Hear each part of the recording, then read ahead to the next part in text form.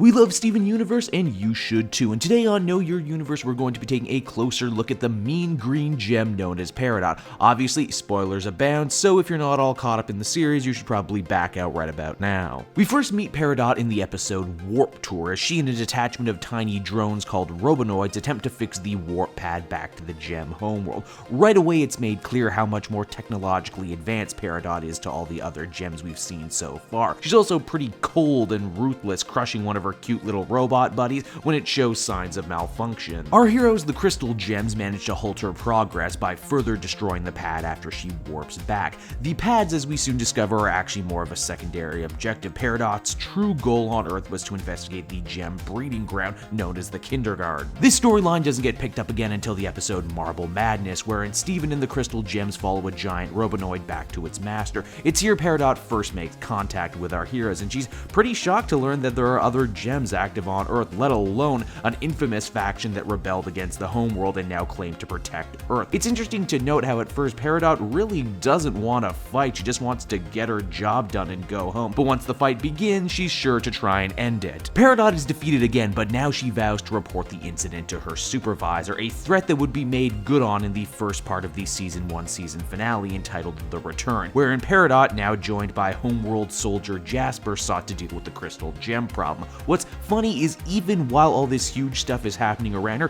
Peridot really only seems to care about the destruction of her machines and nothing else. Peridot would assist Jasper in the capture and jailing of the crystal gems, even though it ran counter with her own mission of checking on the cluster, something that caused her much discomfort. When the crystal gems mounted their escape, Peridot was defeated yet again. This time, however, unlike her escort Jasper, Peridot managed to escape back to Earth. Peridot wouldn't be seen again until the Season 2 episode entitled Keeping It Together, where once more she's running tests on the gem Kindergarten. It's at this point we get a chance to see what kind of combatant she really is. For one, Peridot is fast, capable of running up walls and even flight for a short distance. Her gem weapon, if you can even call it that, and I myself sort of hesitate, is a bunch of laser beams fired from her fingertips. I hesitate because as we find out later, these powers might not actually come from her, but instead from her limb enhancements. Yes, Peridot is not all she appears to be. She is by far the shortest of the gems, smaller than even Amethyst, which I suppose means you can also throw Napoleon Complex in there with her growing list of personality flaws. After an attempted distress signal and attempted ambush all end in defeat, Peridot attempts one last-ditch desperation move, kidnapping Steven from his home in the night. Only here's the thing, without her robotic limbs, she's kind of unintimidating, and over time, Steven is slowly able to get her to lower her guard and even reluctantly join the team in an effort to stop the threat of the cluster. Acceptance is slow going, of course. Peridot has a lot of gem homeworld prejudices to overcome. In fact, we learn a ton about gem society through the eyes of Peridot, like how pearls are born to be a servant class and Peridots are all born to be scientists and tech support. It's after being humbled by Pearl in a battle of the minds that Peridot starts to reel in her more smug superior tendencies. Unlike the three main gems I've discussed before, Peridot takes no motherly role to Steven as of yet.